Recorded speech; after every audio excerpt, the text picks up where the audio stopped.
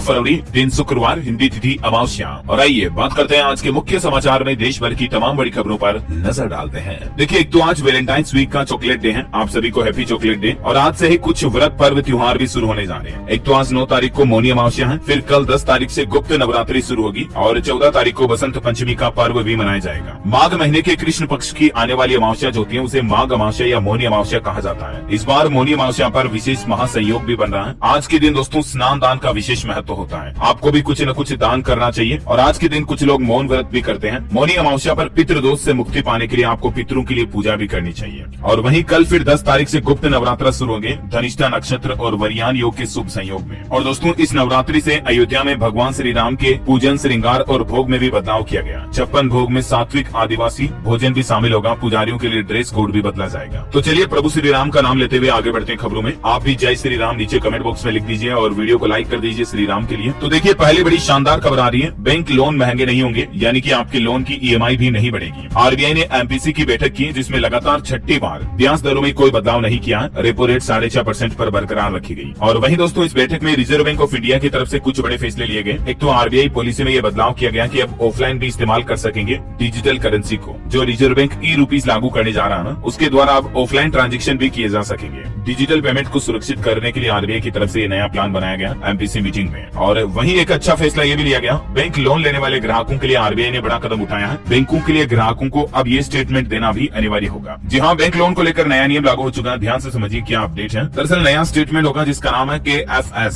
यानी कि की फैक्ट्स स्टेटमेंट। अब सभी लोन लेने वाले ग्राहकों को बैंक के द्वारा ये स्टेटमेंट दिया जाएगा। अब इसमें क्या होगा, तो दोस्तों इसमें आपके प्रोसेसिंग फीस से लेकर डॉक्यूमेंटेशन चार्जेस तक शामिल होंगे। और ये नया नियम आरबीआई ने सभी तरह के लोन के लिए लागू कर दिया, चाहे कार लोन, ऑटो लोन, गाड़ी, पर्सनल बिजनेस लोन कोई भी ले रहे हो आप, ये नियम अनिवार्य होगा। यानी कि ग्राहकों को लोन के साथ अलग से कोई प्रोसेसिंग फीस नहीं देनी पड़ेगी। जी हाँ दोस्तों, नए लोन पर आरबीआई की तरफ से ये सबसे बड़ा फैसला लिया गया। अब लोन पर आपको कोई अलग से प्रोसेसिंग फीस नहीं देनी होगी, बल्कि लोन की जो इंटरेस्ट रेट होती है ना, ब्याज दर, उसके साथ साथ लोन लेने की शुरुआत में ही डॉक्यूमेंटेशन, प्रोसेसिंग फीस और अन्य शुल्क जो पहले देने होते थे, इस तरह से उनके लोन पर आने वाला खर्च बढ़ जाता है। लेकिन अब बैंकों से ये कहा गया है कि आप ब्याज दरों में ही ये सब शुल्क को, ये सब प्रोसेसिंग चार्जेस को जोड़ दें, ताकि ग्राहकों को ये पता चल सके कि उन्हें अपने लोन पर वास्तविक ब्याज कितना देना है। समझ रहे हो, मतलब ये चार्जेस तो लगेंगे प्रोसेसिंग फीस वगैरह, लेकिन आपको अलग से नहीं देने होंगे। बैंक के इंटरेस्ट रेट यानी कि लोन की ब्याज दर में ही इंक्लूड होंगे ये। तो ये भी सभी लोन के लिए नया नियम लागू कर दिया आरबीआई ने। और एक अच्छी खबर है, बैंक लॉकर जैसा सुरक्षित हो जाएगा ऑनलाइन ट्रांजेक्शन। सेफ्टी बढ़ाने के लिए आरबीआई एक नया तरीका भी लेकर आ रहा, जिसमें ओटीपी के अलावा भी एक और सेफ्टी मेथड लागू किया जाएगा बैंकिंग ट्रांजेक्शन में। चलिए अगली बड़ी अच्छी खुशखबरी देखिए, ईपीएफओ की तरफ से आई है। अब इन कर्मचारियों को भी मिलेगा पीएफ का लाभ। क्षेत्र भविष्य निधि आयुक्त की तरफ से ये नए निर्देश जारी किए गए हैं। अब स्वास्थ्य विभाग में कार्यरत सभी मानदेय तथा संविदा कर्मियों को भी उनके योगदान की तिथि से ही ईपीएफ का लाभ मिल सकेगा। और ये आदेश शुरुआत में बिहार राज्य से शुरू होने जा रहा। इस संबंध में बिहार के 7 जिलों के जिला स्वास्थ्य समिति को पत्र भी लिखा गया है और प्रक्रिया पूरी करने के लिए 7 दिनों का समय मिला है। चलिए बड़ी खबर है, ओपीएस यानी कि ओल्ड पेंशन स्कीम यानी पुरानी पेंशन योजना को लेकर केंद्र सरकार को 6 सप्ताह का अल्टीमेटम दिया है सरकारी कर्मचारियों के संगठन ने। अगर 6 सप्ताह के अंदर अंदर केंद्र सरकार ने पुरानी पेंशन योजना वापस लागू नहीं की तो हड़ताल होगी। रेलवे, रक्षा समेत सारे सरकारी दफ्तर बंद हो जाएंगे। देश भर में पुरानी पेंशन योजना की बहाली के लिए लंबे समय से संघर्ष कर रहे कर्मचारी संगठनों ने केंद्र सरकार को ओपीएस लागू करने के लिए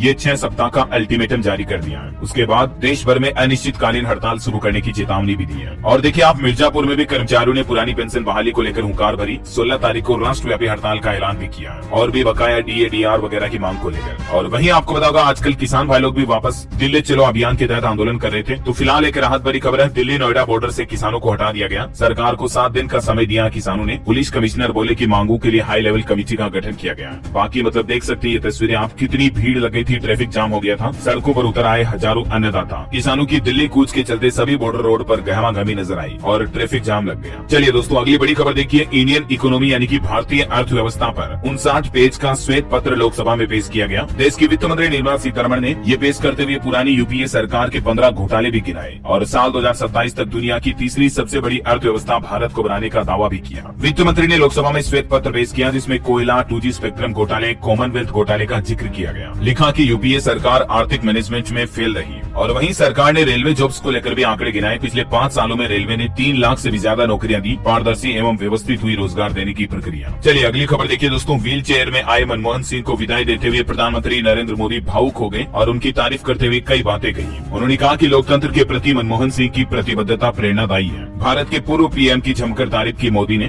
डॉक्टर मनमोहन सिंह का योगदान हमेशा याद रखा जाएगा। दरअसल मनमोहन सिंह के समेत 56 राज्यसभा सांसदों को कल विदाई दी गई और इसी विदाई समारोह में भावुक होते हुए पीएम मोदी ने सभी सांसदों के भविष्य के लिए शुभकामनाएं भी दी। और खबर आ रही दोस्तों की आगामी लोकसभा चुनाव में पीएम मोदी को विदेश से भी समर्थन मिलेगा। देश भर में होगी 25 लाख लोगों को फोन करके वोट देने की अपील। दरअसल कई सारे जो हमारे भारतीय लोग विदेशों में रहते हैं उन्हें भी सरकार भारत में लाकर वोट दिलाने की इस बार प्लानिंग कर रही है। और खबर है आचार संहिता लागू होने से पहले शुरू होगी जीपीएस आधारित टोल प्रणाली। केंद्रीय परिवहन मंत्री नितिन गडकरी की तरफ से जानकारी दी गई। मैंने आपको बताया था ना कि सरकार टोल टैक्स वसूलने का नया सिस्टम लागू करने जा रही है, जीपीएस टेक्नोलॉजी पर आधारित। और इसमें आपकी गाड़ी मतलब जितनी रोड पर हाईवे पर चलेगी उतना ही टोल टैक्स देना पड़ेगा। चलिए दोस्तों अगली खबर देखिए। भारत से पंगा लेने के बाद मालदीव बहुत ज्यादा कर्ज में आ गया और कर्ज के बोझ तले दबे मालदीव को IMF यानी कि अंतर्राष्ट्रीय मुद्रा कोष की तरफ से भी चेतावनी जारी की गई। कहा गया कि मालदीव देश का भविष्य और बड़ा आर्थिक संकट में गहरा सकता है। और वहीं मालदीव में हमारे भारतीय सैनिकों को निकालने पर भी अपडेट आ रहा कि भारतीय सैनिकों की जगह टेक्निकल स्टाफ लेगा मालदीव में। विदेश मंत्रालय ने कहा कि तीसरे दौर की बातचीत जल्द ही पूरी होगी। चलिए दोस्तों खबर है गौतम अडानी दुनिया के 12वें सबसे अमीर व्यक्ति बने। $100 बिलियन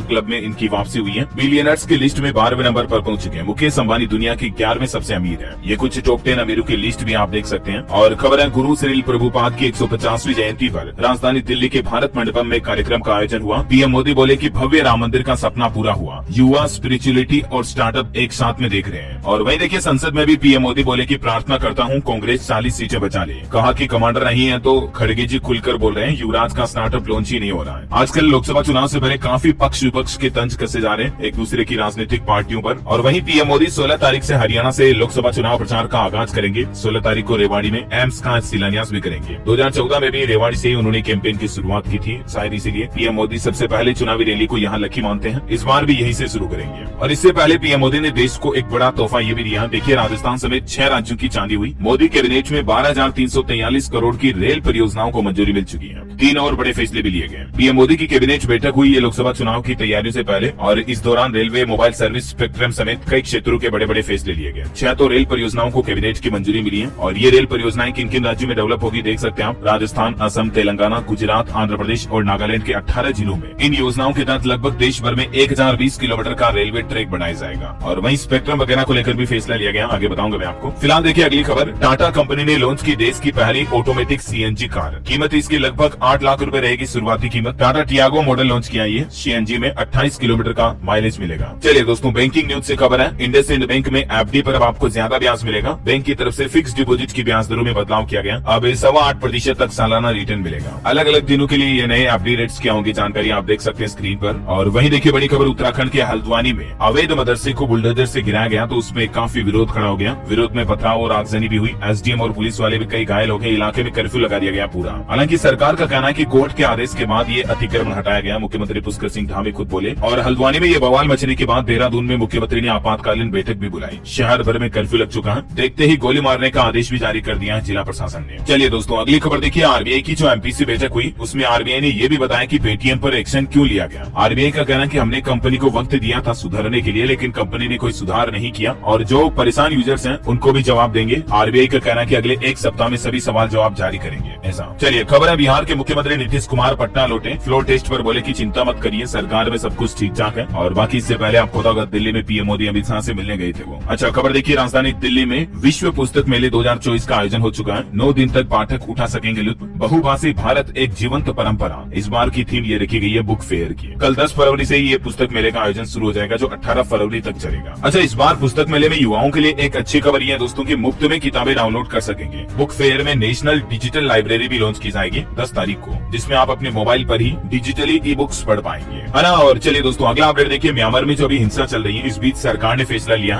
भारत म्यांमार के बीच बॉर्डर को सील कर दिया और लोगों की आवाजाही भी बंद कर दी है। सरकार का कहना कि घुसपैठ को रोकने के लिए गृह मंत्री अमित शाह ने ये बड़ा फैसला लिया। 1600 किलोमीटर की बॉर्डर लगती है इंडिया म्यांमार के बीच। और राहुल गांधी ने भारत जोड़ो न्याय यात्रा में देखिए जातीय जनगणना मुद्दे पर बोले राहुल गांधी। उन्होंने कहा कि ओबीसी नहीं बल्कि सामान्य वर्ग से आते हैं पीएम मोदी। प्रधानमंत्री की जाति पर सवाल खड़ा करते हुए राहुल गांधी बोले नरेंद्र मोदी जी ओबीसी पैदा नहीं हुए। उन्होंने कहा कि वे गुजरात की तेली जाति में जन्मे थे, फिर भाजपा ने इसे साल 2000 में ओबीसी का दर्जा दिया। तो ये भी पीएम मोदी की जाति पर सवाल खड़े किए कांग्रेस ने। चलिए मार्केट से कुछ अपडेट देखे दोस्तों। एलआईसी कंपनी ने तीसरी तिमाही के नतीजे जारी किए और क्वार्टर 3 में कंपनी का नेट प्रॉफिट लगभग 50% बढ़कर 9,441 करोड़ रुपए रहा। जोमेटो ने भी तीसरी तिमाही के नतीजे जारी कर दिए। 138 करोड़ का नेट प्रॉफिट हुआ, रेवेन्यू 69% बढ़ा। और युवाओं के लिए बड़ी अच्छी खबर है, इंडियन आर्मी में अग्निवीर के 25,000 पदों पर भर्ती निकली हुई है। 10वीं 12वीं पास युवाओं को खास मौका है, एग्जाम के जरिए सिलेक्शन होगा। और ये इंडियन आर्मी की इस भर्ती की ज्यादा जानकारी आप देख सकते हैं। टोटल नंबर ऑफ पोस्ट 25,000 है। आवेदन कल 8 फरवरी से शुरू हो चुके हैं। लास्ट डेट 21 मार्च 2024 है और फॉर्म की फीस रहेगी 550 रुपए। ठीक है, जो फॉर्म भरना चाहते हैं वो ज्वाइन इंडियन army.nic.in इस ऑफिशियल पोर्टल पर जाकर के ऑनलाइन अप्लाई कर सकते हैं। और भी ज्यादा जानकारी आप इस ऑफिशियल पीडीएफ नोटिफिकेशन में देख लीजिएगा, मैं लिंक नीचे डाल दूंगा। ठीक है, अच्छा कुछ और सरकारी नौकरी वगैरह को लेकर अपडेट है, आगे बताऊंगा मैं पूरी एजुकेशनल खबरों के साथ में। फिलहाल देखिए अगली खबर। महाराष्ट्र में मराठा आंदोलन को लेकर जरांगे ने एक बार फिर से सरकार को चेतावनी दी और कहा कि 10 फरवरी से फिर से अनशन करेंगे वो। खबर है केंद्र सरकार की टैक्स नीतियों के खिलाफ केरल सरकार ने दिल्ली में प्रदर्शन किया और इस दौरान दिल्ली के मुख्यमंत्री अरविंद केजरीवाल और भगवंत मान जो कि पंजाब के सीएम है वो भी मौजूद रहे। सीएम विजयन बोले कि हम एकजुट होकर लड़ेंगे।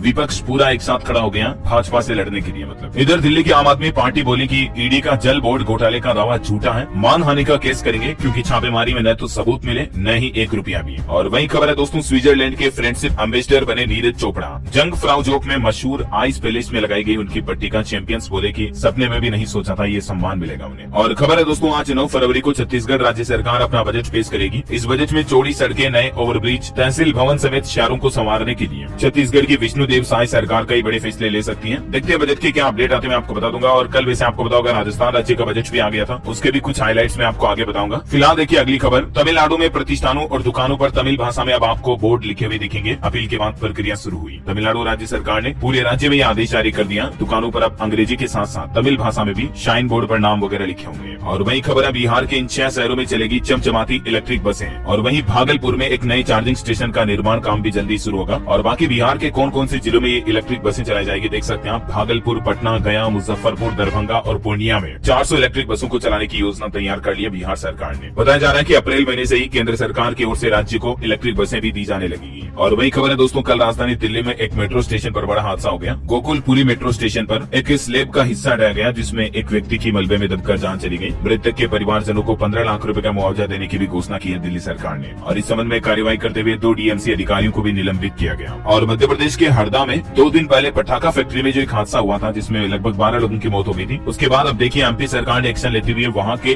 12 पटाखा फैक्ट्रियों को भी सील कर दिया क्योंकि ये सरकार द्वारा जारी निर्देशों का पालन नहीं कर रही थी। चलिए बड़ी अच्छी खबर है, पंजाब के स्कूलों में अब केले की जगह मौसमी फल मिलेंगे। मिड डे मील के मेन्यू में बदलाव किया गया, मतलब सीजनेबल फल मिलेंगे। अभी क्या चल रहा सीजन फलों का, वो फल दिए जाएंगे। इससे लगभग 18.5 लाख स्टूडेंट्स को फायदा मिलेगा और इसकी शुरुआत 12 फरवरी से हो जाएगी। और बड़ी खबर है दोस्तों, इस राज्य में हुक्के बार पर लगा प्रतिबंध। अब बार, रेस्तरां, होटल में नहीं उड़ा सकेंगे धुआं। दरअसल कर्नाटक राज्य सरकार की तरफ से यह बड़ा फैसला लिया गया। पूरे राज्य में हुक्का बार पर बैन लगा दिया। किसी भी होटल, रेस्तरां, बार वगैरह में हुक्का पीना अब धूम्रपान के लिए इस्तेमाल नहीं किया जा सकेगा। इस संबंध में सरकार की तरफ से निर्देश भी जारी कर दिया है। और खबर देखिए, राजस्थान सरकार ने 10 दिन के लिए तबादलों से लगी रोक हटा दी है, मतलब ट्रांसफर हो सकेंगे सरकारी कर्मचारियों के। हालांकि इसमें 3rd ग्रेड टीचर्स के ट्रांसफर नहीं होंगे। पिछले साल 15 जनवरी को ये रोक लगाई थी, लेकिन फिलहाल 10 दिनों के लिए तबादले से बैन हटा दिया गया। राजस्थान की भजन लाल सरकार ने बजट के बाद ये फैसला लिया, तो ट्रांसफर का इंतजार कर रहे कर्मचारियों के लिए तो ये अच्छी खबर है। और बाकी दोस्तों, मैंने आपको बताया ना कि राजस्थान का बजट जारी हो चुका है। इसके हाईलाइट्स देख लीजिए फटाफट से। इस बजट में किसान, महिलाओं, आम नागरिकों के लिए कई बड़ी सौगात दी है वर्तमान की राजस्थान सरकार ने। राजस्थान की मुख्यमंत्री दिया कुमारी ने बजट पेश करते हुए घोषणा की है। जयपुर में मेट्रो के नए रूट को मंजूरी मिली। राजस्थान के 5 लाख घरों में सोलर प्लांट लगाए जाएंगे। किसानों को गेहूं पर 125 रुपए प्रति क्विंटल का बोनस मिलेगा। युवाओं के लिए 70,000 नई भर्तियों की घोषणा की गई है। और बुजुर्गों को वृद्धावस्था वगैरह की जो पेंशन मिलती है उसमें भी 150 रुपए की बढ़ोतरी की गई है। जो पहले 1000 रुपए मिलते थे उसकी जगह अब 1150 रुपए मिलेंगे। सामाजिक सुरक्षा पेंशन में ये बढ़ोतरी की गई है। और वहीं 5 लाख गो पालकों को कर्ज भी देगी राजस्थान सरकार। जैसे किसान क्रेडिट कार्ड होता है, ठीक वैसे ही राजस्थान में किसानों के लिए गोपाल क्रेडिट कार्ड योजना भी शुरू करेगी। और इसके तहत उन्हें 1-1 लाख रुपए तक का शॉर्ट टर्म लोन दिया जाएगा किसानों को उपकरण खरीदने के लिए। और वहीं राजस्थान में युवाओं के लिए भर्ती परीक्षाओं का कैलेंडर भी जारी होगा, जिससे SSC IBPS का होता वैसे ही। मंडी टैक्स समाप्त करने से चीनी और गुड़ सस्ते होंगे। राजस्थान में भूमि टैक्स भी समाप्त हुआ, लैंड टैक्स अब नहीं लगेगा और बुजुर्गों को रोडवेज किराए में 50% छूट मिलेगी, यानी कि आधा ही किराया लगेगा उनका।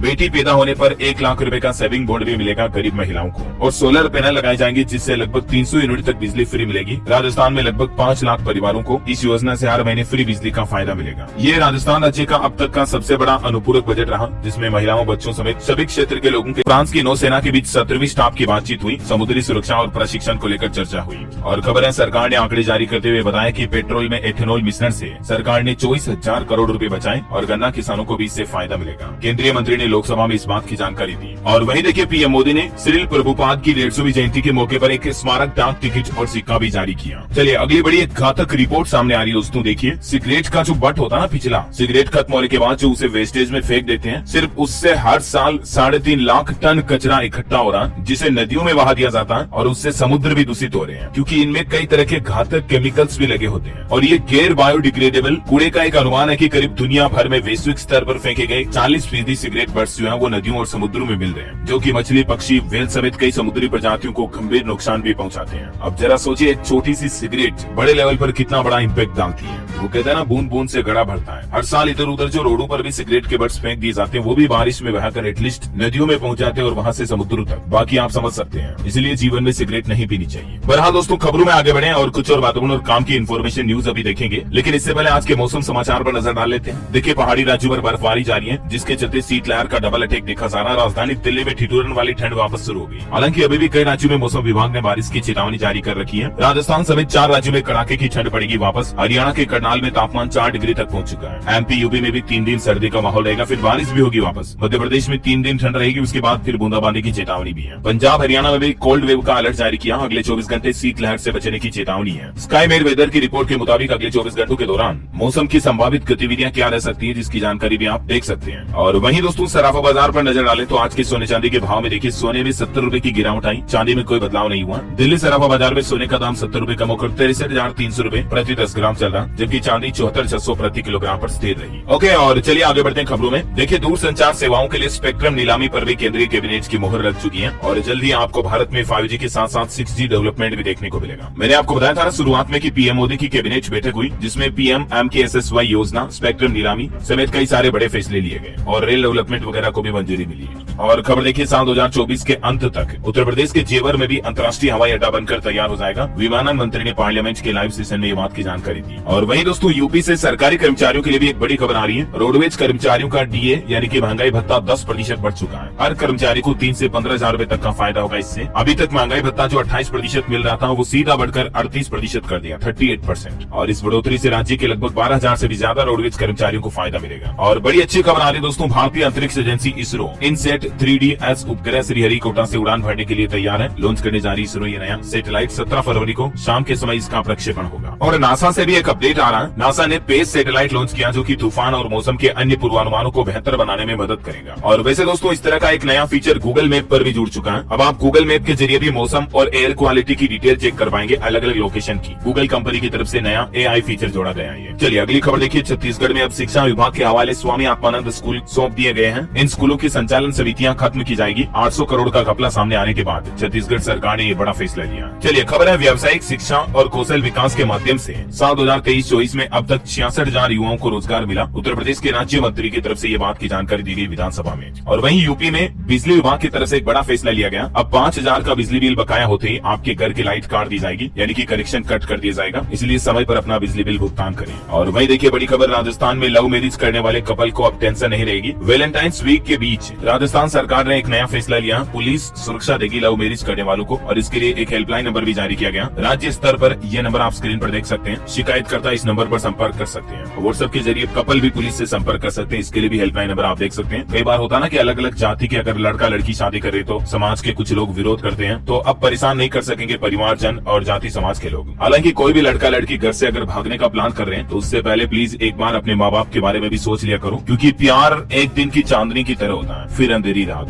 बाकी तो आप खुद ही समझदार हैं। आगे बढ़ते खबरों में देखिए, आप उत्तराखंड में होमगार्डों को भी अब सरकार बड़ी जिम्मेदारी देने की तैयारी कर रही है। हेलीपैड की सुरक्षा भी होमगार्डों की जिम्मे सौंपी जाएगी। और टेक्नोलॉजी से बड़ी खबर देखिए दोस्तों, एप्पल कंपनी भी एक नया AI टूल लेकर आया। चैट जीपीटी की तरह प्रॉम्प्ट लिख करके आप अपने आईफोन में इमेज एडिटिंग कर पाएंगे। और खबर है दुनिया की सबसे ऊंची प्रतिमा स्टेच्यू ऑफ यूनिटी जो गुजरात में है, उसके लिए अब एयर कनेक्टिविटी भी शुरू करने जा रही गुजरात सरकार, यानी हवाई रूट से जोड़ा जाएगा इस स्थान को। और वही देखिए बिहार के मुजफ्फरपुर के SKMCH में अब मिलेगी सुपर स्पेशलिटी हॉस्पिटल जैसी सुविधाएं। प्रधानमंत्री नरेंद्र मोदी 15 फरवरी को इस हॉस्पिटल का नया सिस्टम का उद्घाटन करेंगे। वैसे बिहार में इलेक्ट्रिक वाहनों को खरीदने पर भी अब आपको रजिस्ट्रेशन टैक्स में 75% तक की छूट मिलेगी। डीलर पॉइंट पर ये फायदा मिलेगा। बिहार की डिप्टी सरकार ने राज्य में ईवी को बढ़ावा देने के लिए ये शानदार घोषणा कर दी है। उत्तर प्रदेश की योगी सरकार का बड़ा ऐलान, यूपी में हर परिवार का बनेगा अपना फैमिली कार्ड और एक सदस्य को रोजगार भी मिलेगा। मुख्यमंत्री योगी आदित्यनाथ ने विधानसभा में एक नई लोक कल्याणकारी योजना की घोषणा की है और भी ज्यादा जानकारी देख सकते हैं आप इस बारे में। और वही देखिए सुप्रीम कोर्ट की तरफ से रजिस्ट्री अधिकारियों को यह निर्देश दिया गया कि वादी के जाति या धर्म का उल्लेख न करें रजिस्ट्री में। एक ऐसे मामले की सुनवाई करते हुए कहा कि वकीलों से यह कहा गया, मतलब कोर्ट केस के दौरान वादी परिवादी के जाति धर्म वगैरह का उल्लेख न करें ऐसा।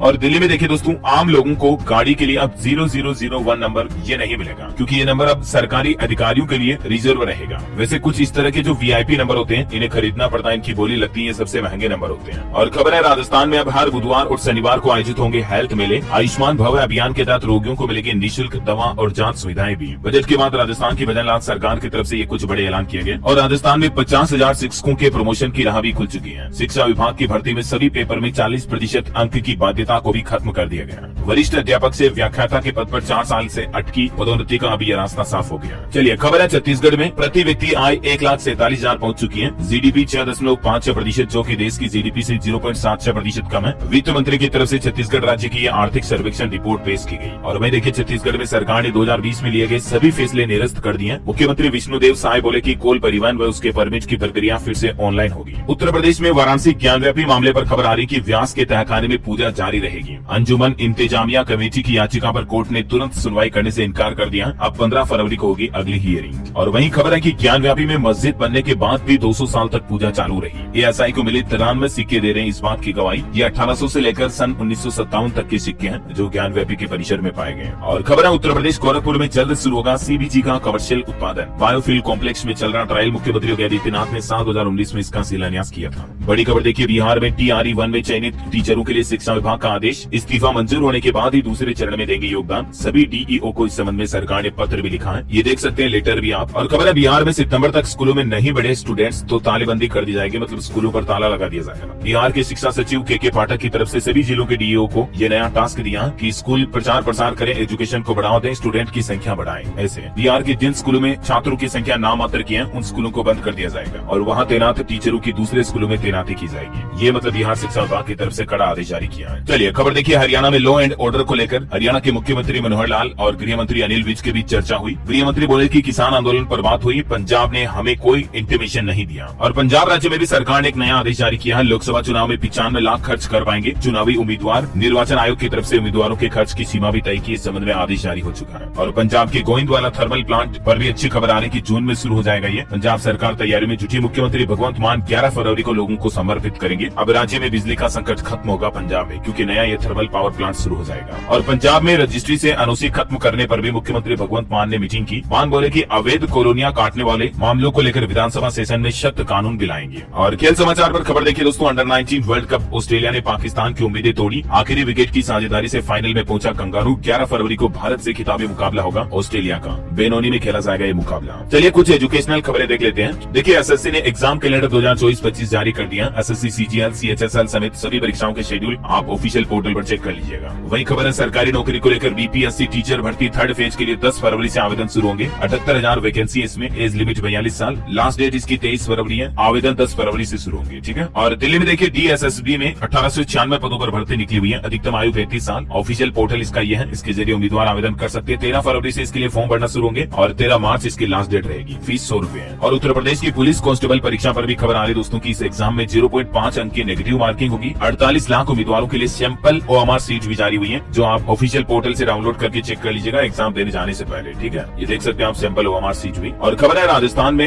RSMSSB ने संगणक यानी कंप्यूटर भर्ती के लिए एग्जाम डेट घोषित कर दी है। 3 मार्च को होगी ये परीक्षा। परीक्षा जो 583 रिक्त पदों के लिए भर्ती निकली हुई है उसके एग्जाम की तारीख आ चुकी है। और वहीं यूपीएससी के CSE प्रीलिम्स एग्जाम पर भी खबर है कि ये परीक्षा के लिए 14 फरवरी को नोटिफिकेशन जारी होगा। डी फार्मा को लेकर भी एक नया नियम लागू कर दिया। सिर्फ डिप्लोमा इन फार्मेसी करके नहीं बन सकेंगे फार्मासिस्ट, रजिस्ट्रेशन पर रोक लगा दी गई है। देश भर में फार्मासिस्ट को लेकर ये नया आदेश जारी कर दिया सरकार की तरफ से। देख सकते हैं ज्यादा जानकारियां। ओके स्टूडेंट, छात्र छात्राओं के लिए ये इंपोर्टेंट खबरें तो अपन ने देख ली। चलिए अब कुछ और अपडेट देख लेते हैं फटाफट से। देखिए अब AI बताएगा कि आखिर अपराधी कौन है। उत्तर प्रदेश की राजधानी लखनऊ में 1200 खास आर्टिफिशियल इंटेलिजेंस युक्त कैमरे लगाए गए। मध्य प्रदेश के किसानों के लिए अच्छी खबर है। किसानों को फसल वगैरह की सब जानकारी भी मिल जाएगी और कोई कंप्लेन भी है तो भी MP किसान ऐप के माध्यम से किसान भाई लोग दर्ज करा पाएंगे। और मध्य प्रदेश में व्यापारी भी अब पोर्टल पर कर सकेंगे अधिकारियों की ज्यादतियों की शिकायत। केंद्रीय मंत्री की तरफ से एक नया पोर्टल शुरू करने की भी घोषणा की है। चलिए खबर है यूनिवर्सिटी के छात्रों ने किया नया इनोवेशन। अब ई व्हीकल को बिना केबल के भी चार्ज कर सकेंगे। गुजरात में पारुल यूनिवर्सिटी के छात्रों ने ये नया आविष्कार किया। इलेक्ट्रिक व्हीकल भी वायरलेस चार्ज हो पाएंगे, मतलब जैसे मोबाइल फोन होते हैं ना आजकल के वैसे ही। और वहीं दोस्तों हमारे पड़ोसी देश पाकिस्तान में आपको पता होगा कल चुनाव हुई है।